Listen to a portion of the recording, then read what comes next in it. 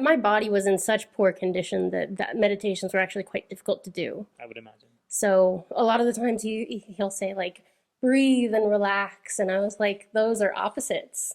Breathing is very hard. It's very stressful. It takes a lot of my energy to do. And so I had I struggled a lot. And when he would say like, focus on the area around your heart, and I'd be all like, there's a lot of pain there. We'll just focus on this area that's in a lot of pain. It was really hard to do effectively at first.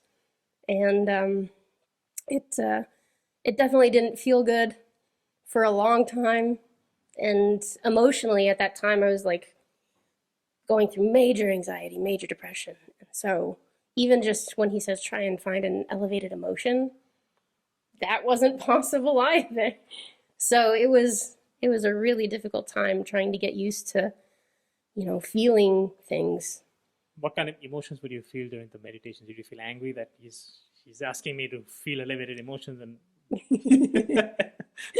Yeah, right. There was a lot of anger, but the anger was more for myself. Like I was angry, angry that I couldn't do it. Angry that like it's such a simple thing and I couldn't do it. And like a lot of frustration with my situation and just the barriers I've had to climb over.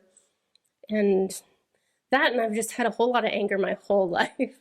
So it wasn't just new anger, it was old anger coming up as well. But yeah, I remember there were times where I would like do a whole hour of meditation where I'm like angry crying the whole time.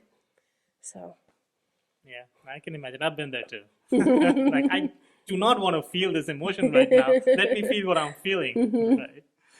But then when did the breakthrough come? So there was a time when something shifted, right? What was that experience for you? Well, I kind of had to take things as like baby steps.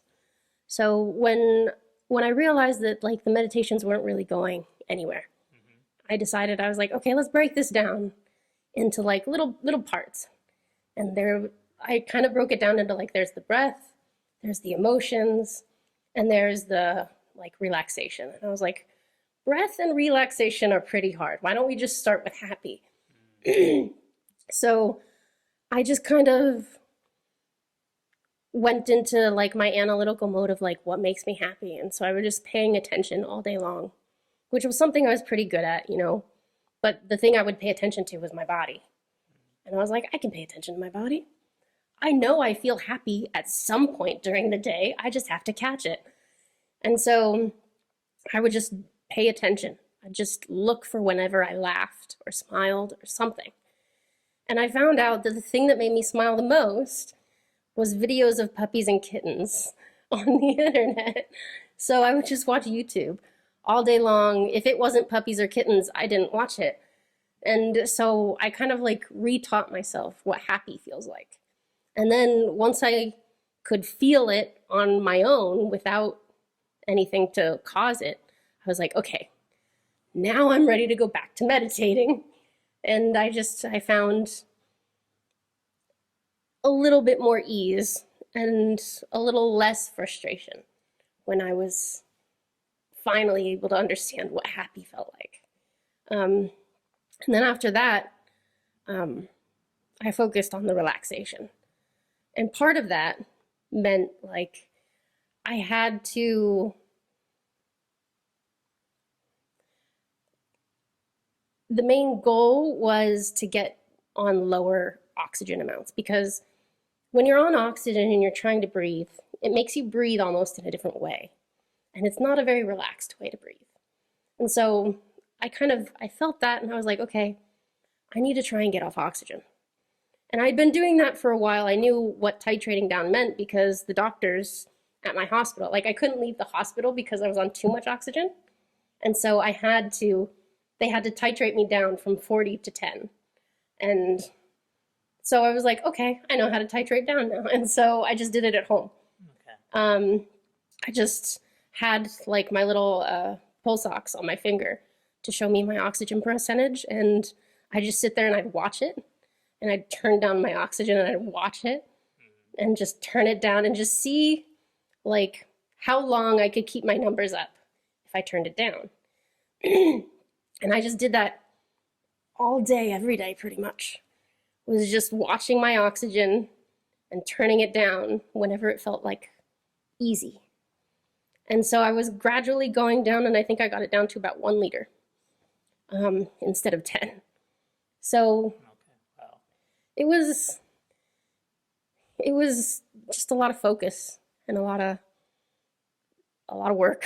That's fascinating. I think what you said about, and I think many of us get challenged by this, where we go into a meditation where we are really upset, or even some of the the heart math techniques, the heart lock-in. Sometimes we are very upset and we try to find that feeling, but we can't.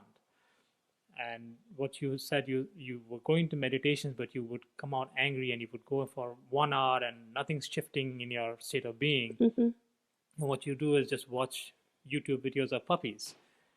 And people would be like, but that's not meditating.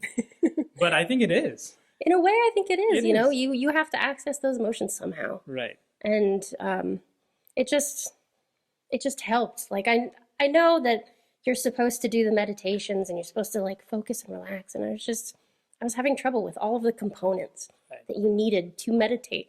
And so I was like, okay, we'll just put meditation aside and focus on one of the components. I think I just needed the baby steps, you know. I think I was just so far gone that I couldn't jump straight back into coherence, into like relaxation, into not thinking. It was just too big of a leap. Yeah, I think that's a valuable lesson that I'm getting from this conversation, that yes, we need to take baby steps sometimes, and we need to be, we are all in different stages of our evolution. Mm-hmm. And what works for one person, and we see these people, and we see Dr. Joe, we see all the other spiritual leaders, and we try to follow them, which is great. I mean, they're showing us a path, but maybe we're not ready for that path, and maybe our path is different, or there are many different ways to reach wherever we want to go. And that's fascinating that meditation didn't work for you initially, but YouTube videos of puppies work for you, and that's equally valid. Yeah, I think That's so. equally valid. That's fascinating.